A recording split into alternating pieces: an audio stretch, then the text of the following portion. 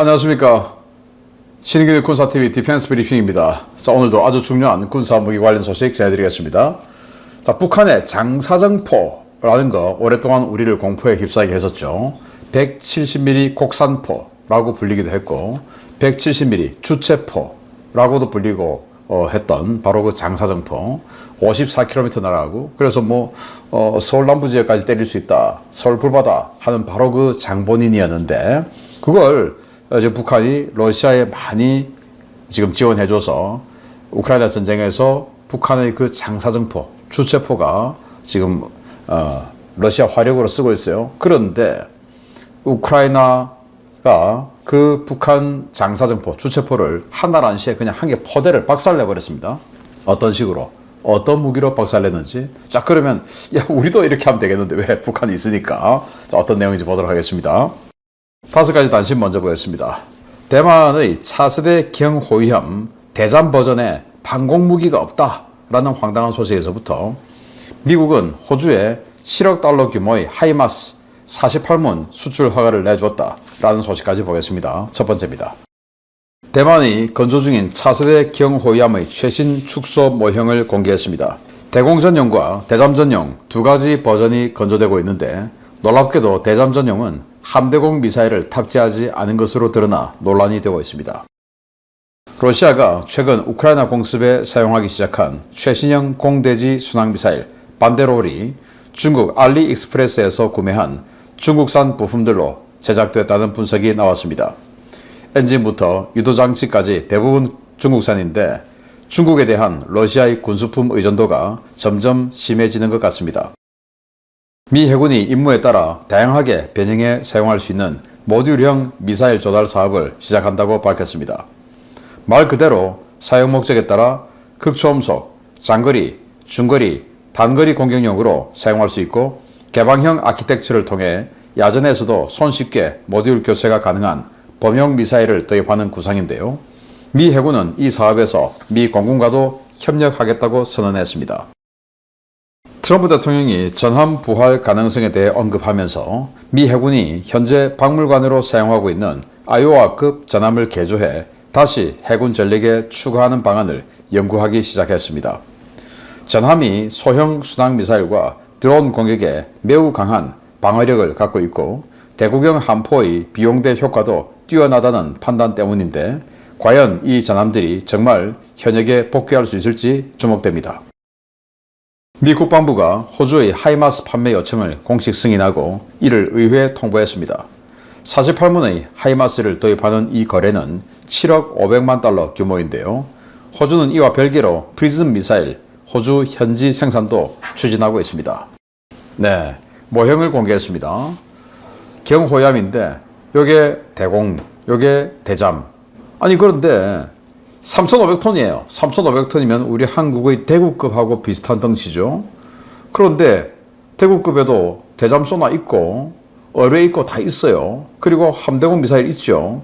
그런데 여기는 지금 함포 뒤편에 보면 수직발사관 모듈이 이렇게 보입니다. 그래서 수직발사관에 이 TC-2N이라고 하는 이 대만산 함대공 미사일 장착하는데 이게 무려 100km 날아가요. 그리고 여기 들어가는 레이더가 250km 정도를 탐지할 수 있습니다. 꽤 괜찮죠.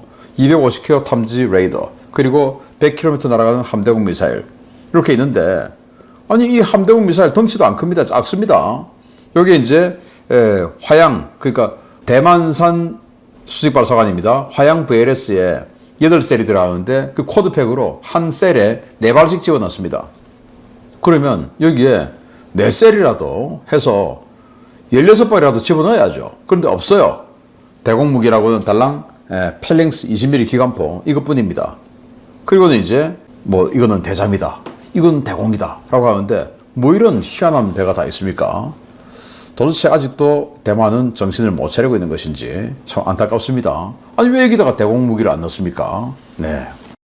자, 이게 러시아의 최신 미사일 반데롤인데 여기 드론에서도 발사할 수 있고 헬기에서도 발사할 수 있게끔 아주 작은 덩치로 만들었어요. 그래서 지금 러시아가 지금 최신형 이 미사일로 대량 생산 중에 있는데 요거를 우크라이나가 노획해서 열어보니까 뭐야 이거 처음 다 알리익스프레스에서 인터넷 홈쇼핑 구매한 거잖아. 다 알리익스프레스에 파는 거예요. 그래서 엔진도 보니까 중국산, 부품 90%가 중국산. 그런데 거기 또 한국산이 또 있네요. 제어장치는 한국산, 배터리는 일본산. 이렇게 해서 알리익스프레스에서 파는 그런 것들을 다 부품을 사가지고 만든 게 이 반데롤이라고 하는 공대지 미사일이더라 라는 건데요. 네, 이거 러시아의 알리익스프레스가 이 배송해주는 이 시스템 이거 좀 막아야 되지 않나 라는 생각합니다. 자, 미 해군이 희한한 컨셉을 만들었어요. 자, 이게 뭐 공군하고도 협력해서 미사일을 만드는데 이 미사일의 플랫폼 하나 만들어 놓고 임무에 따라서 초음속이다, 극초음속이다, 뭐 아음속이다, 또는 단거리다, 중거리다, 장거리다 이런 걸, 자, 장거리면 엔진 연료 많이, 탄도 적게, 또 극초음속이면 엔진 예를 들어서 더 강력한 거, 이런 식으로 마구마구 바꾸는 거예요. 자, 그런데 플랫폼을 하나 만들어 놓고 그걸 개방형 아키텍처로 임무에 따라서 엔진도 바꾸고 연료통도 바꾸고 탄두도 바꾸고 날개도 바꾸고 이렇게 해서 멀리 가고 적게 가고 이렇게 한다는 건데 그게 되나? 왜냐? 이 항공 비행체 같은 경우는 밸런스가 맞아야 되죠. 공기역학에 맞게끔. 그런데 모양은 정해져 있는데 엔진이 갑자기 달라진다? 그러면 밸런스가 달라지죠. 그런 것도 어떻게 처리하는지, 아무튼 이 무게 밸런스, 또 길이 밸런스 이런 것들은 어떻게 하려고 하는지, 아무튼 그렇게 해서 컨셉은 좋아요. 자, 똑같은 무기 만들어 놓고 저 오버스펙일 수도 있죠. 예를 들어 이거 때리는데 이 무기 써, 이거밖에 없어. 그럼 오버스펙일 수 있는데 그걸 이렇게 다양하게 조합해서 쓸 수 있게끔 하면 딱 맞게끔. 네, 닭 잡는데 소 잡는 칼 쓰면 아깝죠. 우도 할개. 그래서 닭 잡는 데는 닭 잡는 용도로만 칼을 딱 세팅해서 때리고, 소가 있으면 닭 잡는 칼 10번 때리는 것보다 소 잡는 칼로 한 번 딱 치는 게 맞지 않습니까? 그럼 그렇게 피팅하고 자, 이렇게 하겠다는 건데 컨셉은 좋은데 정말 될 수 있는 건지, 네, 희한합니다. 네, 트럼프 대통령 일기 때입니다. 전함 아이오와, 아이오와 전함에서 이렇게 연설하고 있는 모습인데, 최근에 미군의 장성들 800여 명 다 모아놓고 이렇게 했었죠. 그때 트럼프 대통령이 전함 있잖아, 전함. 그게 함포 아주 효과적이잖아. 이런 이야기를 했습니다. 그래서 미 해군이 전함 아이오와, 미주리 이런 거 있지 않습니까? 지금 그 미주리는 하와이의 박물관으로 쓰고 있고, 그걸 다시 되살려서 현대전에 쓸 수도 있는 것을 괜찮냐? 라는 연구에 착수했다라는 건데, 이 컨셉은 뭐냐? 자, 일단 16인치 함포 여기 있죠. 뒤에 지금 트럼프 대통령 뒤에 보이는 거 16인치가 406mm예요. 엄청나죠. 당시 이때 2차 대전 때 이 아이오와의 16인치 포가 한 30km 날아갔다 하는데 그때로서는 어마어마한 사거리였지 않겠습니까? 그런데 이걸 이제 그 포탄을 사거리 연장탄, 요즘 새로운 기술 많죠. 랩탄, 로켓 보조 추진탄 이런 거 만들고, 또 뛰쳐나가면서 날개도 펼쳐서 활공도 하고 이런 것까지 해서 사거리를 대폭 연장할 수 있죠. 거기다가 406mm면 얼마나 강력한 위력이겠습니까? 자, 이 아이오와 같은 경우에 함수 부분에 이 3연장 16인치 포 2문, 그러니까 이 포가 함수에 16인치 포가 6문, 한미에 한 문에서 한미에 3문, 이제 이렇게 된 겁니다. 자, 그리고 요즘 이제 드론 시대가 됐죠. 그래서 드론 시대 또는 저가형 소형 미사일 이런 거 지금 미국도 많이 만들고, 아까도 러시아의 그 반데롤 미사일, 그 소형 미사일 아니겠습니까? 그런데 이런 전함은 그런 거 맞아도 끄떡도 없다. 왜냐? 이 아이오와가 만들 때 원래 컨셉이 이 아이오와가 55,000톤인데 적의 12인치 함포를 직격당해도 견딜 수 있는 장갑을 로 해서 만든 겁니다. 그러니까 그 정도인데 그냥 조그만 미사일 이런 거는 기스도 안 가는 거죠. 자, 그래서 강력한 방어력, 그리고 이 함포가 아무리 해도 미사일보다는 싸다. 그리고 연사력도 좋다. 이렇게 해서 한번 살려보겠다라는 계획에 들어갔는데, 야, 그런데 되겠냐? 왜냐? 자, 여기는 워낙 많은 병력이 타야 되지 않습니까? 그래서 이게 되냐? 라는 생각이 드는데, 이 아이오와가 걸프전 때 또 실전도 했습니다. 걸프전 때, 물론 뭐 걸프전이 지금으로부터 35년 전 이야기이긴 합니다만은 그 걸프전 때 토마호크, 그때 한포 사격이 아니고 토마호크 투발하는 플랫폼으로 걸프전에 참전하기도 했었는데 아무튼 이걸 지금 다시 쓰겠다라는 건데요. 다른 나라는 지금 전함 없죠. 일본은 야마토, 무사시 전부 다 침몰해버렸고 독일도 뭐 비스마르크 이런 거 다 바닷속에 들어가고 없고 자, 미국만 지금 이렇게 박물관으로 쓰고 있는데 다시 현역에 복귀시키는 걸 연구한다라는 건데요. 네, 기대해 보겠습니다. 호주가 7억 500만 달러 이제 이건 뭐 미국에서 자 7억 500만 달러 책정해서 자 협상하자라는 이제 스타트고 그렇게 되면 48문이니까 대당 200억 원 우리 돈으로 한 200억 원 돼요. 거기서 많이 깎겠죠. 자 그리고 이제 탄은 별도 거기도 또 프리즘 미사일도 별도에서 호주에서 생산하는 이런 것으로 해서 지금 호주가 하이마스를 이렇게 48문 산다라는 딜에 이제 들어갔다 또 허락을 받았다라는 건데 아니 우리 천무사지 왜 하이마스냐 자 이럴 수 있는데 호주는 하이마스 사야 돼요. 왜냐 국토는 엄청 넓은데 그 국토 곳곳에 이런 걸 다 갖다 놓을 수가 없죠. 그러니까 수송기에 실어서 만약에 북쪽 다윈 지역에 분쟁이 발생했다 그러면 이제 수송기에 실어서 빨리 갖다 주고 뭐 이래야 되니까 호주는 수송기에 들어갈 수 있는 다련장 로켓이 필요해요 진짜로. 그래서 우리 천무처럼 12발 쏠 수 있는 이런 것들은 수송기에 안 들어가죠. 못 들어가죠. 그래서 이렇게 6발 쏠 수 있는 하이마스가 호주는 맞다라는 거고요. 자, 중요 소식 보겠습니다. 대단히 형편없는 명중률과 낮은 작동 신뢰성으로 일선에서는 혹평을 받고 있지만 러시아군의 사실상 마지막 남은 장거리 포신 포병 전력으로 운용되고 있는 북한제 주체포가 전장에서 한 개 포대가 동시에 괴멸당하는 굴욕을 겪었다는 소식입니다. 이번에도 드론 공격이었습니다. 우크라이나군이 동부전선과 남부전선의 각기 다른 전선에서 러시아군이 운용하고 있는 북한제 170mm 자주포 4문을 거의 동시에 파괴하는 데 성공했다고 밝혔습니다.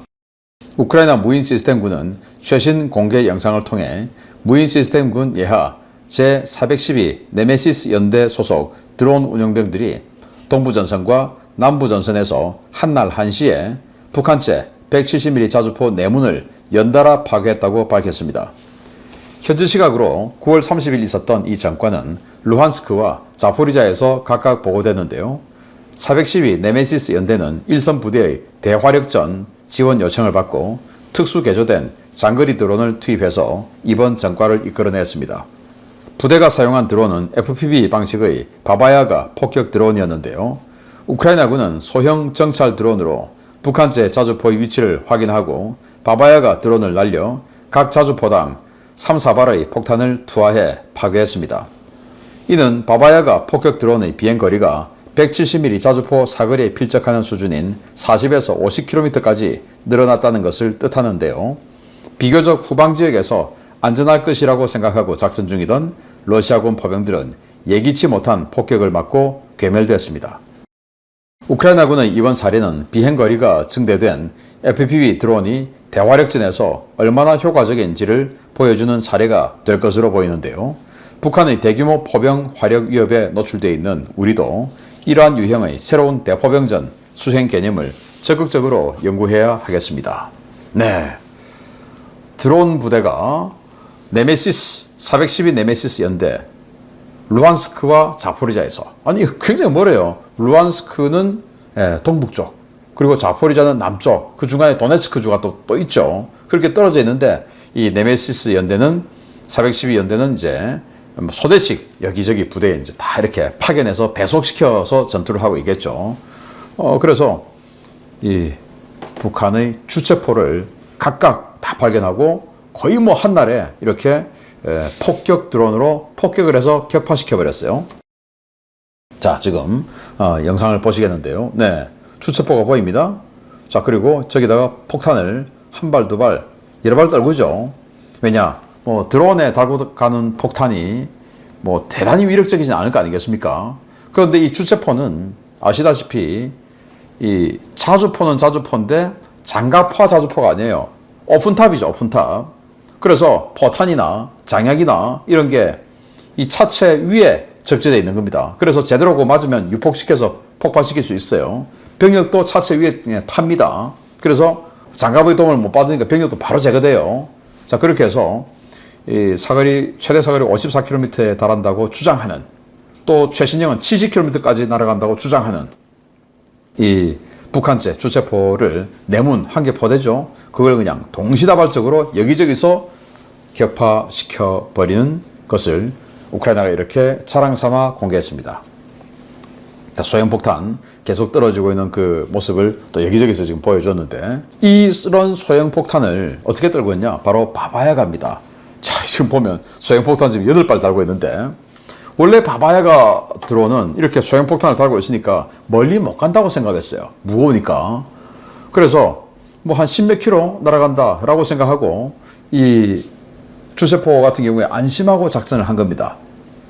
그러니까 방심을 한 거죠. 그런데 FPV 드론으로 딱 발견하고 이 바바야가를 부른 거죠. 불러서 폭격을 해서 바로 그냥 상공에서 폭탄 떨구어서 제거를 한 건데, 그러면 이 바바야가의 연료통을 늘렸던지 배터리를 아주 큰 걸 달았던지 뭐 어떻게 해서 사거리를 이렇게 50km까지 비행거리, 작전거리를 늘렸다라는 건데요. 이렇게 해서 정말 정밀하게 적의 포병을 그냥 핀포인트 타격하는 이 전술이 이제 드론 시대에 와서 만들어졌어요. 그럼 우리도, 아마 북한도 할 겁니다. 우리도 해야 되죠. 자, 그리고 최근에 뭐 여성 징병 이야기, 여성 군복무 이야기 많이 나오던데, 이 드론 조작, 이 여성들 잘할 수 있지 않을까요? 저는 그렇게 생각합니다. 남성들은 직접 현장에서 전투를 해도 여성들은 이거 얼마든지 할 수 있죠. 예, 펜을 보면서. 여성들도 우리 안보에 기여할 수 있는 그런 길이 많이 있지 않을까. 우리 여성들도 애국심 대단히 충만할 것으로 생각하는데, 남자들만 애국하는데 여자들은 질 수 있냐? 라는 그런 정말 우국충정 넘치는 여성들이 있을 수 있겠죠. 네, 여성들도 할 수 있는 분야가 이제 점점 21세기 군대에서는 많아지고 있다라는 말씀도 드리면서 마치겠습니다. 감사합니다.